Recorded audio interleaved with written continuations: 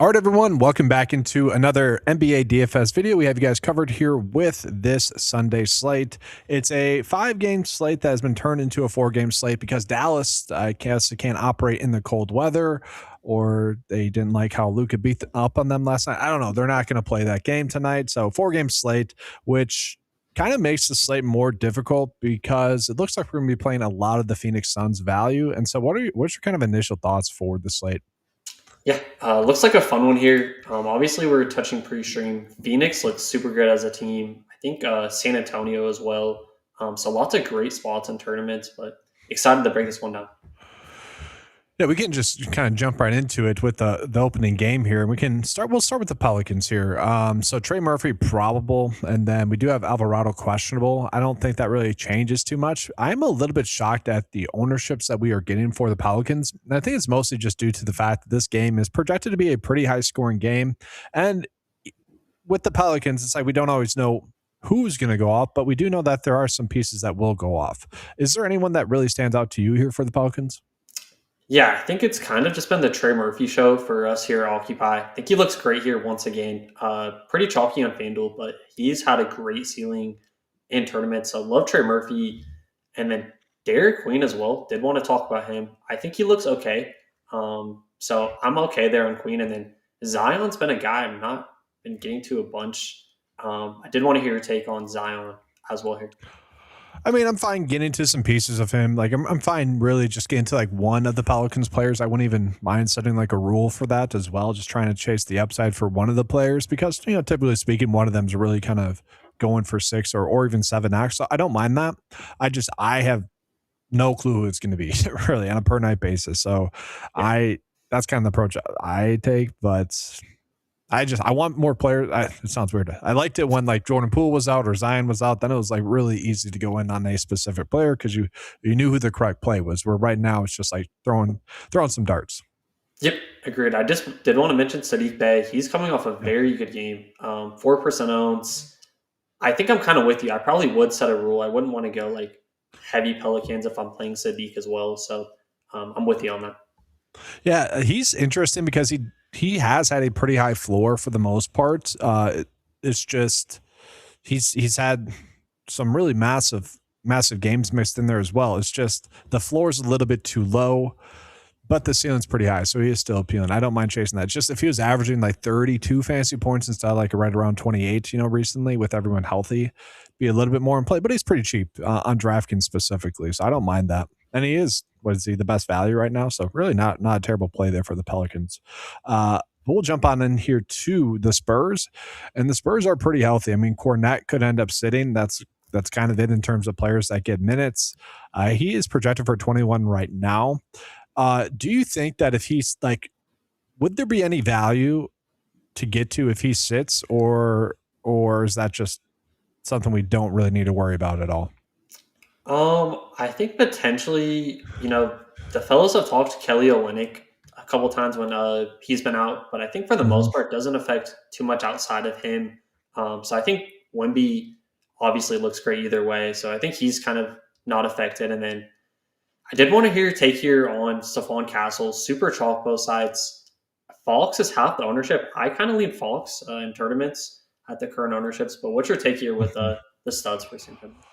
Well, right now, and I don't know if I necessarily love it, I am getting about 50% of Castle, which I'm just like saying that out loud kind of seems wrong. And so I'll probably have to correct that. But, it ends up being a good matchup in the highest scoring game. I don't mind getting to it. He's clearly a little bit too cheap, and I don't mind kind of riding the hot hand. But being 15% over the field right now probably is wrong, I will say. But he's too cheap. I mean, he's really popping on the DK value, OF index wise as well. So he's kind of a standout play. But I do want to echo what you're saying about Wemby. He is kind of standing out. And I don't know. I'm a little bit surprised at his ownership on both sites, just because we are going to get a lot of value. And I don't know if like I've thought he would be chalkier on this 4-game slate. Maybe it's something that needs to be updated with that, one game being postponed. But what are your thoughts on his ownership? Is this right? Is it a little bit too low? Maybe a little bit too high? What are your thoughts there? I actually think it's a little bit low. 45%. It's a great matchup, and we can probably afford him with all the value we have. So I'm going to be jamming him. I think he looks great. Against Utah, obviously, huge game. Another really good spot here against New Orleans. Yeah, I'm just going to put him in the build for now, just as an FYI, and then if we need to adjust, we can kind of go back to that. Um, any other spots here for either side of this game, or do you want to move on to the next game? I did want to mention Champagne. He's been Okay. very good, very efficient from the fields. Kind of a steep price point at 6K, but I like still Mhm. taking stabs there on both sides. So he's the only guy I wanted to mention here. Yeah, fair enough. Yeah, we'll go ahead and jump on into the next game. Then we got Toronto versus OKC. Let's start with OKC. Let's have a little fun with it. They are still pretty banged up. So Aaron Wiggins is listed as questionable. Caruso's out, Hardenstein out, AJ Mitchell out, Topic out, and then Jalen, the good Jalen, is out as well. For Aaron Wiggins, the questionable note is just purely seems questionable. No real indication as to whether or not he's going to play. We do have him projected for 27 minutes, but with that, is there anyone you are specifically going out of your way to target, or kind of what are your thoughts here with OKC? Yeah, I think all of these guys look okay. Last night I was very high on Jalen Williams at 4K. I think he's just okay. He'd probably be my favorite value guy here Mhm. at his price. So I'd say J Will. And then guys like Kaysen, Isaiah Joe, I think they're both fine to mix in. I did want to hear your take because if you do have a strong take between the value guards there, I'd love to hear it. But after that, like SGA Shed, I think they're both okay. So what's your take here with OKC? For me, I really want to prioritize Ganda SGA. He's kind of the one player that benefits the most with all those players out. Like looking at it, Joe or Wallace, like basically what we saw happen last night is actually what the per 36 data suggests. And so it would suggest SGA goes off like 60. I think it was like 64 fantasy points per 36 with those players off the court. And he's someone that could end up getting a little bit more than that. And then actually Kendrick Williams is someone that benefits with all those players off the court. Everyone else either stays the same or suffers a little bit. And so, and that's like not really a bad thing on a per 36 basis when some of these players are getting a big minutes bump, like potentially Joe, like Dort, like Wallace. But for me, I'm really prioritizing SGA and Williams there, mostly Kendrick Williams there, mostly. But I will say, like, is Kendrick Williams just due for a bad game? Because he has been pretty productive and it is a tough matchup. Where are you at with him? I think he's like kind of in the same boat of Jalen Williams. He should play Okay. good minutes here as a backup. He's been very productive, so I'm okay definitely mixing him in. I will say I am strangely nervous about the matchup, and I probably don't need to be, but uh, it does make me nervous, and especially I'm going to be pretty overweight on him, so I don't. Maybe that ends up being wrong. No, no, I like it. I think it kind of comes down to who starts here because last game we saw Joe start. Jalen Williams started the second half of that game, so just keep an eye on who starts here. Yeah, in terms of a ceiling, which guard do you see for OKC having like the highest ceiling between like Wiggins, even Dort will toss in there, Joe and Wallace? I would probably say, with this game being close, most likely, I think probably Kaysen, maybe Kendrick Williams. Lou Dort shot horrible. He could have a Mhm. ceiling if he shoots better from the field. Did you have a take there, though, with one of those guys? If I was to chase the ceiling, to me it'd be Joe, but Okay. I don't know if we can really trust him to really get a lot of minutes. But that he'd be the one I would think could have the base, and I don't trust it honestly tonight. But so I don't really want to chase it. Yeah, I'm with you. It's kind of difficult with OKC outside of SGA. Mm-hmm. And yeah, again, for me, I think I'm just going to prioritize being overweight on him. And honestly, I think we could get away with playing Wemby and SGA in a build together. It's not like they're too egregiously high priced, but the question is, do we also get to someone from Toronto here, especially if Quickly sits? So we know Colin Murray Bowles is still out. We know Joachim Pertl is still out. And so like Sandro, coming in at very low ownership, kind of priced up. But if Quickly were to sit, like to me, Scotty Barnes and Ingram would be more in play. So what are you doing here with Toronto Raptors? Yeah, so very important news there, like you mentioned. I agree. I think Barnes and Ingram would definitely get bumps here. And then Jamal Shed up to 5.5K now. I think he'd get a minor pump as well. Just kind of my theme here is tougher matchup, but I think those guys would definitely look better. So definitely important news there. So that's my take. Yeah, I think this news like just hit with Colin Murray Bulls. Like it could be wrong. I want to see the timestamp, but yeah, he's out is what Okay. I'm seeing. I'm pretty sure. Could be wrong. Are you seeing that at all on your end? Yeah, yeah. quickly still game time decision. Murray Bulls. Yeah, so I think Mamu definitely more in play now for sure. I mean, he can go off and break the slates. Like it really wouldn't be shocking to see him go 440 at a under 6K price tag. Although, what's the game spread? 12, 11 and a half. This is one of those spots where like if I don't play him, I'm gonna regret it. Like and he goes off, But I don't know what do we do with that because obviously this will update. Yeah, it's a definitely like if you look at those last two game logs, very good matchups. I think this one definitely much tougher. But I think you could definitely take stabs there. He's been nuking, so yeah, I'm fine taking stabs. I don't know if I would go all in on him, but Yeah. he's probably okay. And then just one little shout is Walter here. If quickly we're out, I wouldn't hate him as a play on FanDuel at 3.7, but his minutes would have to go up to about 20. Like I would have to see that on the data first. But if that does pop, that's like a spot I would want to get to. But that'd be only if the data's saying that. That's not like something I would take a stance on right now. I like it. Yeah, I'm with you. All right, and we'll jump on into the fun game now. I would say Phoenix versus Miami. We'll start with the Suns. A little bit easier, I would say. Jalen Green is listed as doubtful, and then Devin Booker is currently out. We are getting a decent amount of chalk here, but also not. I mean, I don't know. What are your thoughts on Phoenix? I want to hear your thoughts first before I give mine.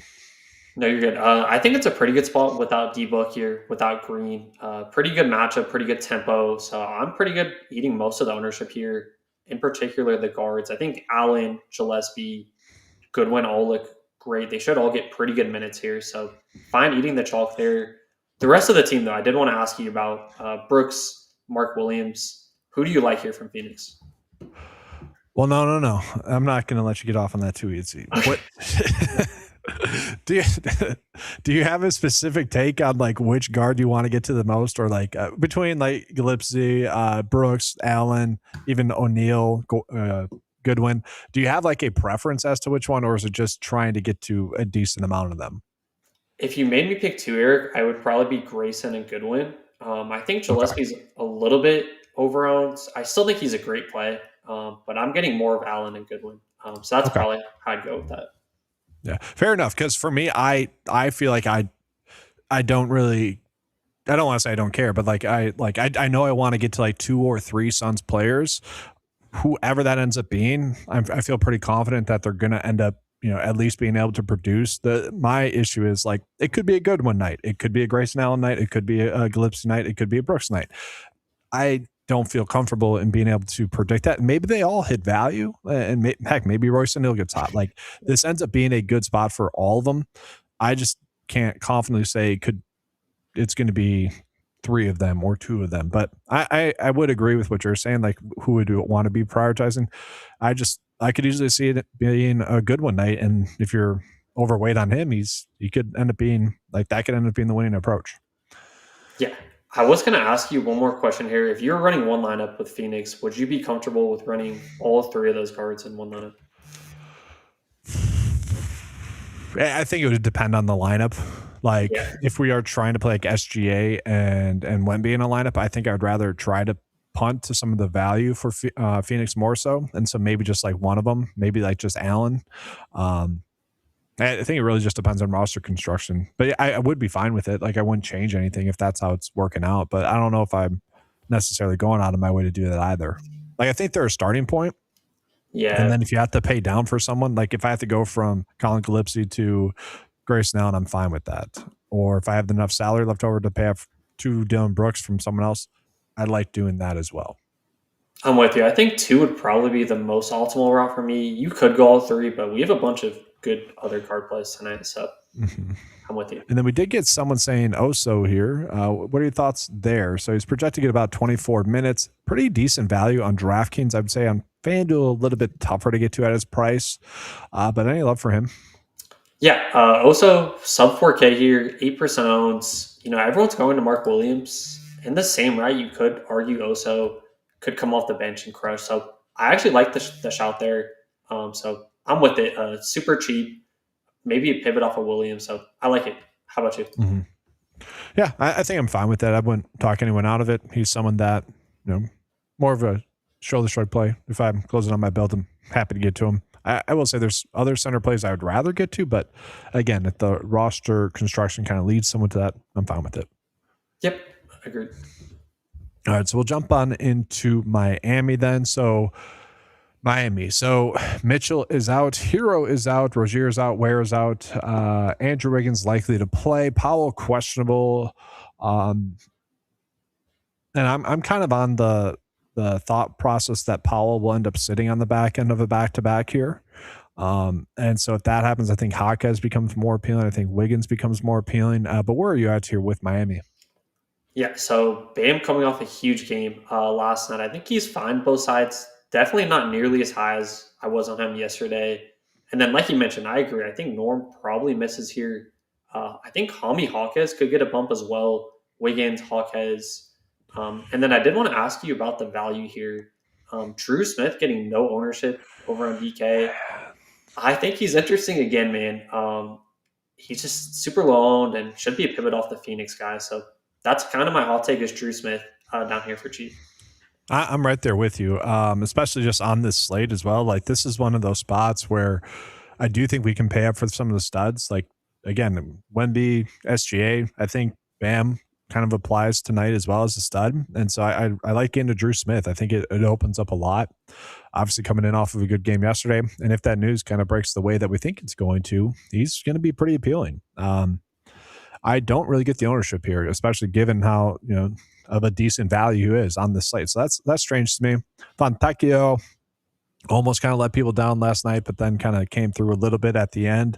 Only 15% tonight. Is that like a response to him kind of being a sweat yesterday? Because I feel like if he went off or had a just better night than what he had, he'd be 50% maybe or 45%. This seems like a low ownership for him after last night. Yeah, I'm with you, man. And I think it's just a lot of people not really building for this Miami news as well. So I love it, man. I love that shot as well. He nuked yesterday. Won me a lot of money yesterday. Fine going right back to Fontecchio again today. He got off to a slow start, right? I'm remembering that correctly. He was. Right? Yeah. Okay. He got bailed to blow out a little bit. So okay. A little bit lucky. But. I thought, well, no. I mean, it's the correct play. I thought I was remembering that correctly. And then any love for like Wiggins if Powell does sit, if we get that news beforehand?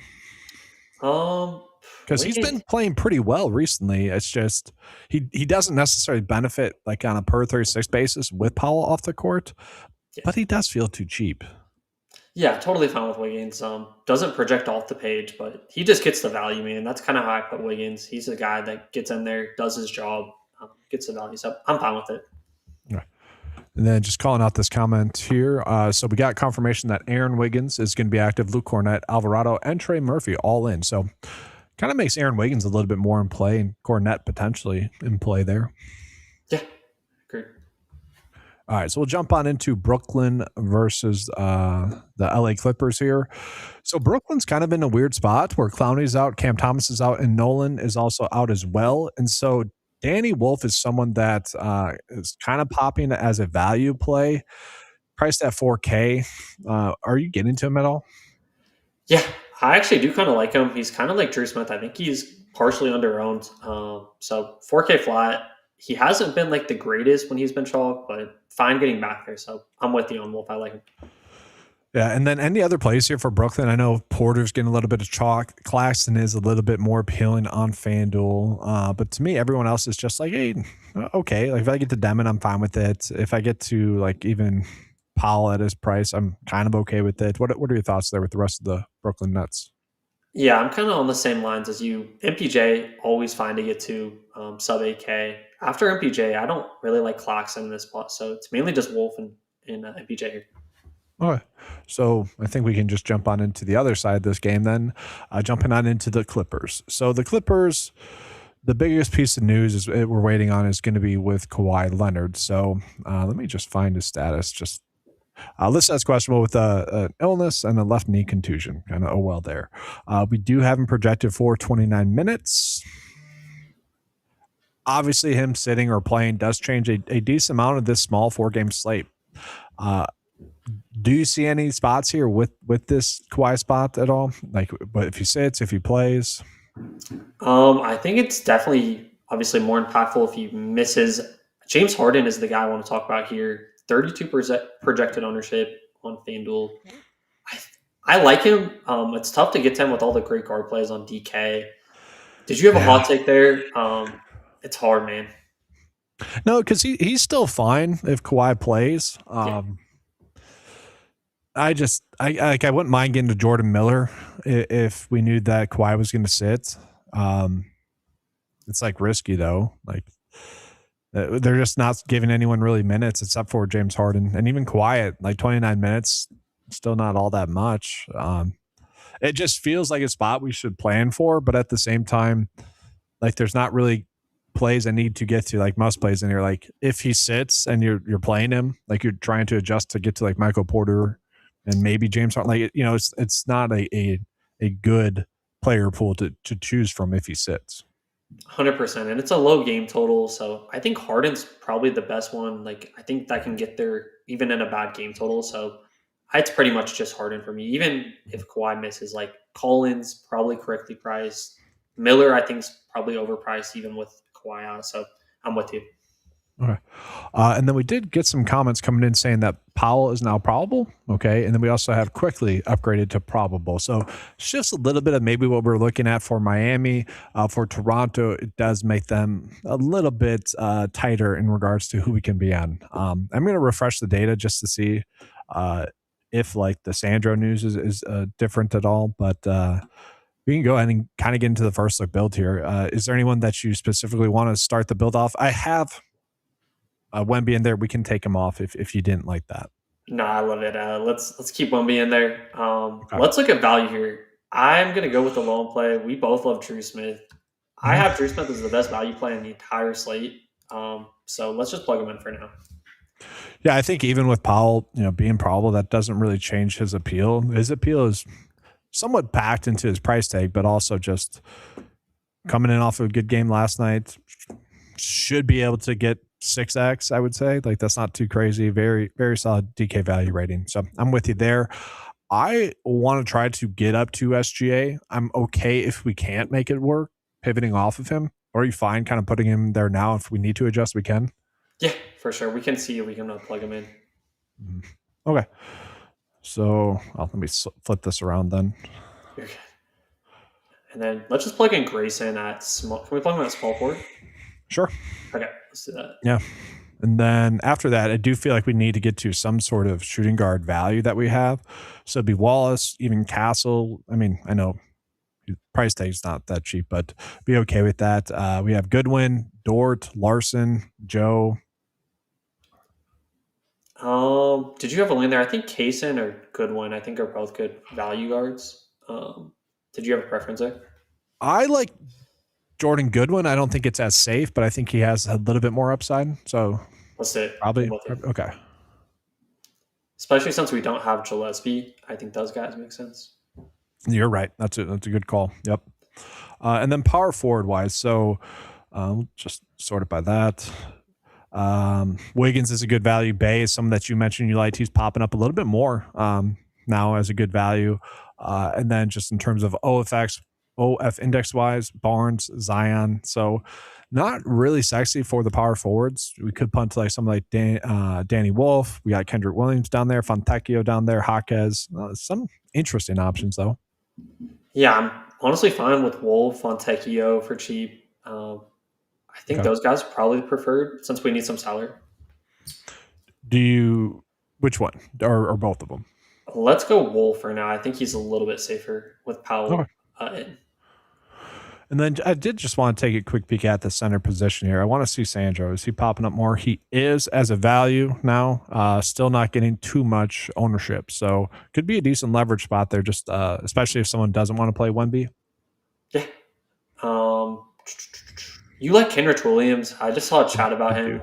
Let's plug him in there. I know he's cheap and we could probably fit in. Yeah, I like. It's weird. I do like him, and it's probably just a small sample. But again, just looking at the per 36 production with those players off the court, the two players that benefit the most were Williams and SGA, and the fact that we saw it happen again last night is giving me confirmation bias. So we'll see if that actually ends up holding. But I'm fine chasing that tonight. And so with that, we have 6.9 left over. Like that's a lot left over while paying up for two of the studs on the slate. We are left with Claxton, Barrett, Queen, Colin Gillespie there, and then Hotcast potentially a little bit too cheap there, but that range. And I think if you didn't like one of these other value guys like Wolf, you could make a 2v2 pivot there as well. But I love this build. I think getting SGA and Wemby is way easier than I thought it would be. Yeah, it's pretty solid. And we are getting a lot of mid-tier value. So to your point, like if you didn't like one of these values that we're getting to, Goodwin, Smith, Wolf, could easily upgrade to some of the safer value that we're getting in like Miami, Phoenix, and then OKC. So I really don't mind that. I love it. Give it one more quick refresh here. If anyone has any questions, guys, get those in. It's a smaller 4-game slate, so we'll probably be ending a little bit sooner here. But do you have any kind of final thoughts here for the slate? No, not too much. Obviously, that quickly news is the biggest news, and then Kawhi Leonard in the late game. So just keep those. Quickly is available. We just got that. So he's in. Just keep an eye on the Kawhi news. Harden probably looks much better. Kawhi next season. Yeah, that's going to be annoying if Harden goes off with Kawhi out, or I'd be mad. I like Miller too if Kawhi's out, so kind of weird to plan around that. And quickly has just been upgraded to in. So that'll pretty much do it for this live stream, guys. I believe you're in the Discord there right tonight as well. So if you guys want to, you guys can sign up for the Occupy membership. Head on over to occupyfantasy.com. Obviously, we're using this tool right now, and once you sign up, you guys get access to that Discord with Jayhawk. Every single slate, we have someone in there in the Discord as well. Sir, please hop in the Discord. If not, wish you guys the best of luck tonight. And I'll let you do the closing remarks here. Sorry. Oh, yeah, no problem, guys. So, we'll have you guys covered tomorrow with another NBA DFS live stream. Hopefully, you guys have a good, NFL Showdown is going soon here as well for the evening games. Hopefully, you guys have a good NFL Showdown slate as well. All right, thanks, guys. Good luck. Thank you, guys. Good luck.